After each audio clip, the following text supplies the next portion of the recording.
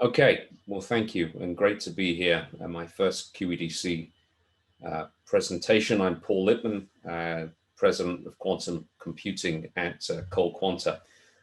For those of you not familiar with the company, we've been in business for 15 years, headquartered in Boulder, Colorado. We're about 110 people right now, majority of those with PhDs in physics, engineering, deep IP portfolio, and we've raised over 70 million in capital.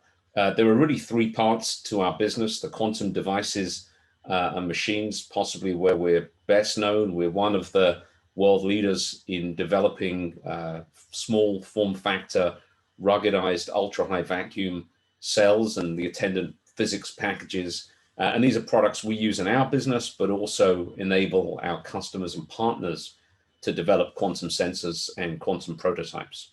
We have a research business that I'll talk about today, developing products in quantum positioning systems and in quantum RF.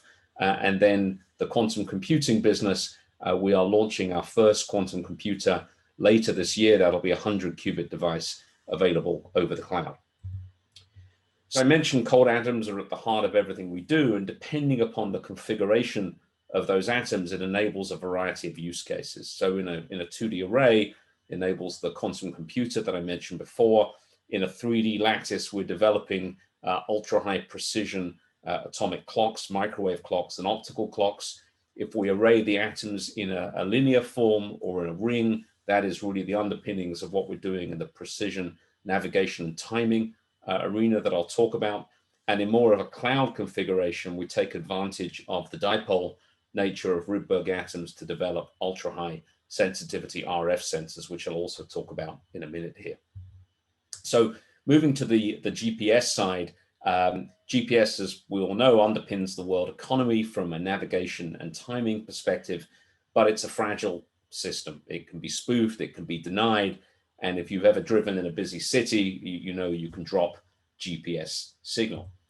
So ColdQuanta is at the forefront of developing what we call quantum positioning systems, PNT systems. And a quantum positioning system is able to determine how fast it's traveled, for how long, and in what direction. So it only needs to know where it started to deliver extremely precise positioning without relying on external frames of reference. And one of the really, I think, exciting milestones for us in 2023, we'll be flying our first quantum gyroscope on a BAE test aeroplane in the UK in part of a government program that we're leading there, which is a milestone on the way to delivery of our full first field deployable quantum positioning system, which we'll have ready later in 2025, early 2026.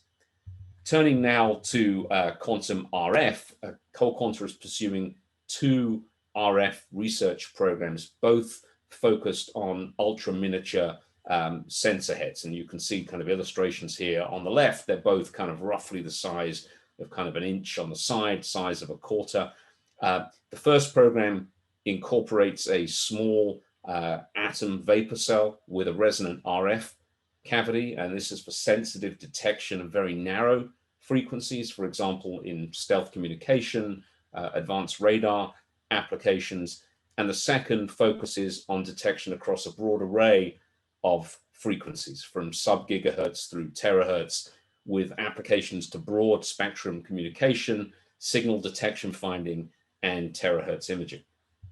So if you think about then the application to industries, this really cuts across a broad swath of industries, really driven by substantially reduced antenna footprint. So if you think about in telecoms, where you have telecom towers with these multiple antennas of different sizes and configurations, that can all be replaced by extremely small, extremely lightweight, extremely rugged quantum sensors, enables increased spectrum utility and efficiency, and actually a broader array of spectrum that can be utilized, reduction in transmitter power requirements as a function of increased sensitivity of the antenna, more effective in building communication, and ultimately supports the development of quantum communications and the future of quantum networks.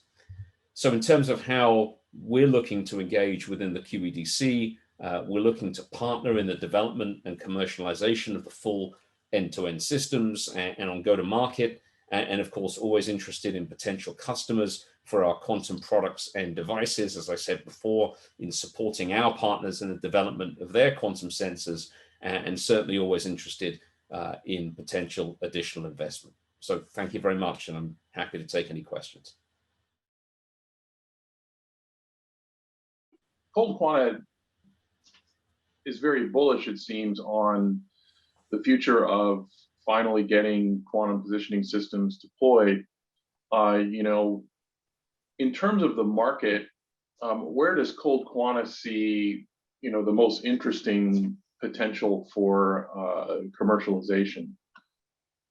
Yeah, great question. I think there's a question of near-term market and kind of mid to longer term market. So I think in the near term, obviously there's a variety of applications in the defense arena across kind of the totality of potential platforms, whether that's airborne, landborne, undersea, certainly a lot of interest in space navigation. Longer term, we believe that a significant opportunity for commercialization exists around autonomous vehicles. So if you think about the precision, stability, and time-based requirements for a truly autonomous vehicle, I'm not talking here about kind of today's level 2, but really kind of getting more to the level 4, level 5, that requires a level of precision and a level of kind of over time capabilities that simply are not possible with GPS systems. And so we see significant opportunity there as the SWaP gets reduced to provide that critical component of the delivery system. Great. Thank you for that. And I know this is a quantum sensing webinar, but can you go to your quantum computing slide where you mentioned you're going to have a quantum computer later this year? That's right. I think it's 100 qubit. That's pretty phenomenal. You know, and this is sort of a different style of question, but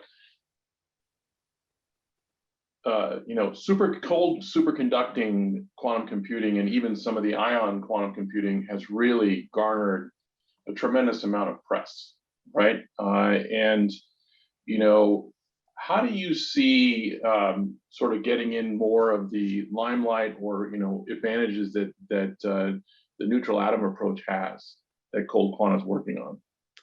Yeah, so look, I mean, I think it's still really early days in quantum computing, right? And cold atoms, the new kid on the block, from I think you know, as you rightly said, superconducting, a lot of press. Cold trapped ion obviously has been really on the forefront recently. But if you think about the intrinsic challenges in quantum computing, both in terms of qubit count and connectivity, we believe, and certainly our kind of fellow cold atom quantum computing companies believe, that cold atom has the most promise in terms of the long-term roadmap, both in terms of scaling qubit count, but also in terms of scaling connectivity, right? We can ultimately get to connectivities that are an order of magnitude greater than are possible in the superconducting arena.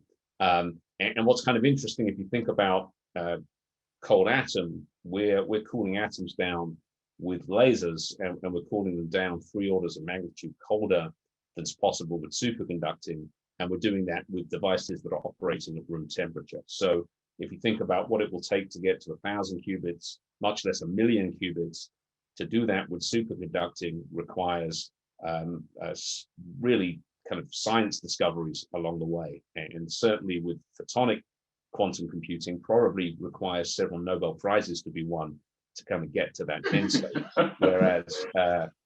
Whereas with cold atom, we have clear line of sight to what it would take to get from 100 qubits to 1,000 qubits and beyond, and doing that while decreasing the form factor over time. I mean, ultimately, these things will become rack mountable. So, you know, and our belief is, A, it's early day, B, cold atom has a lot of promise, and C, you'll see us start to talk very publicly about some of these technologies in the coming months. Great. Thank you for that. One last question, and then we'll move on, and then come back for more questions in the end. Can you go to your quantum field sensor slide? Yeah. So one of the themes that's coming up, it's not necessarily a bad theme, but many are saying that quantum RF sensing is mainly about receiving signals and not being able to transmit signals. How do you look at that? So absolutely correct. At least the programs we're focused on today are about receiving signals for a variety of reasons. If Dana's here on the call, he may well have joined. He could certainly talk about how we might approach transmitters as well. But one of the things to take into account, if you have a receiver that's dramatically more sensitive than current conventional receivers, that then reduces the power requirements commensurately for the transmitter. So you get that benefit of inherently more sensitive receivers mean that the transmitters themselves have to be less powerful. So if you think about oh yeah, that's a good insight. Thank you.